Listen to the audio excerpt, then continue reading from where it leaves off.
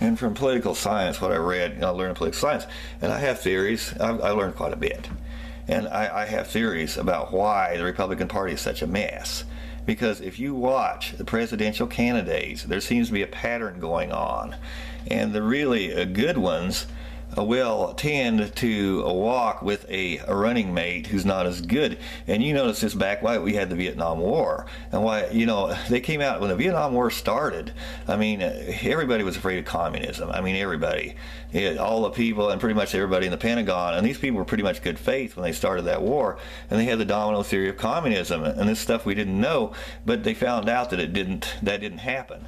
The Thailand and several other countries, they didn't follow the communists, and so the war should have been stopped at that point. Well, why did it keep going on? Because we had a sidekick, basically a running mate the president got shot. We had LBJ in there, and he kept it going, and he was incompetent. He was basically brain dead.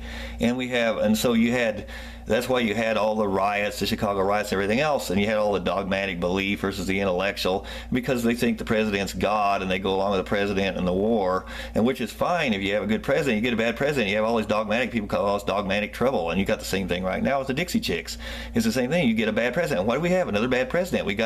We had Ronald Reagan, and Ronald Reagan admitted he wouldn't put Kissinger because he carried too much weight, because he was too smart. Well, you notice Nixon had Kissinger because Nixon's a lot brighter president than Ronald Reagan was. He was one of the smartest we've ever had, and so he put those really good people in with him. Well, Reagan wouldn't, and so that Reagan chose H.W. Bush because he wasn't very good, and the one person that really knew H.W. Bush was substandard was Reagan himself. Well, what happened? You had one term of a substandard president, and then you had W in there, 2 more terms of substandard presidents. What does that do? You got a big mess in the country.